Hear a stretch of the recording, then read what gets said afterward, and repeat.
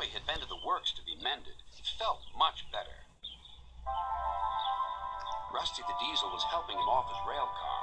Skarloey hadn't met the little diesel before. Rusty seems a kindly sort of engine, he thought to himself. I help to mend the line and do odd jobs, explained Rusty.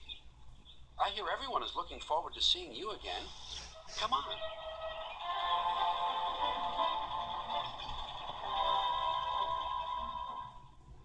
Peter Sam was feeling depressed.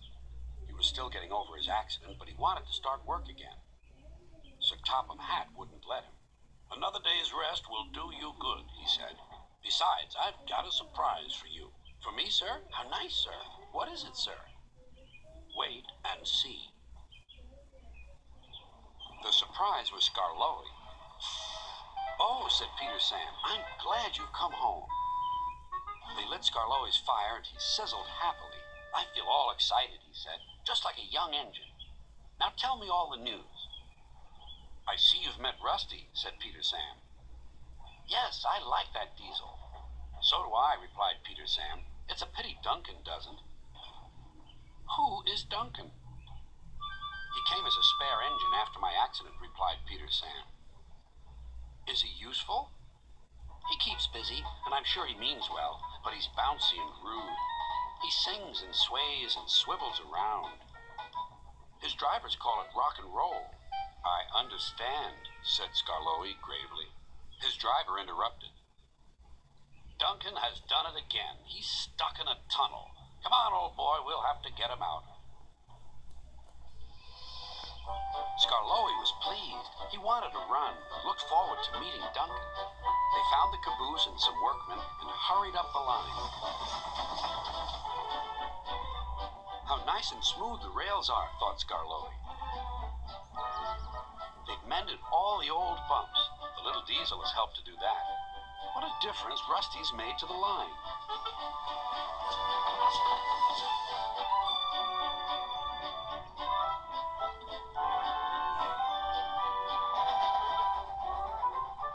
Quite soon they found Duncan.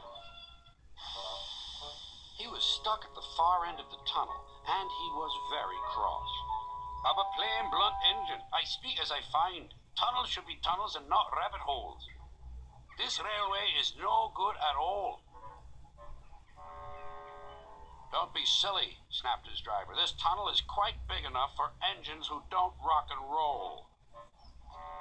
It took a long time to clear away the rocks and set Duncan free again.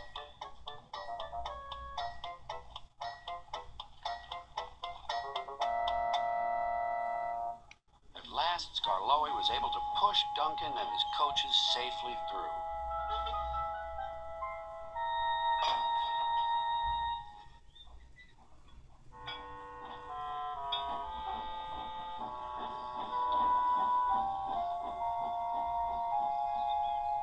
The caboose was left on the siding to make sure everything was safe.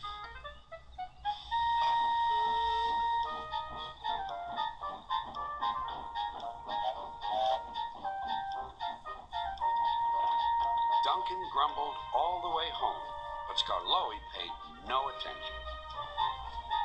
Later, Sir Topham Hatt spoke severely to Duncan. Listen to me, there is nothing wrong with that tunnel. You stuck in it because you tried to do rock and roll. Tunnels are not dance floors, and you are not a pop star. Then Sir Topham Hatt gave his full attention to Duncan's funnel. If it happens again, he ended ominously, I shall find ways to cut you down to size. In other words, your career is on the line.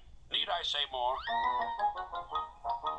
Duncan thought Sir Topham Hatt had said quite enough, and he remained completely silent and still, for at least a whole evening.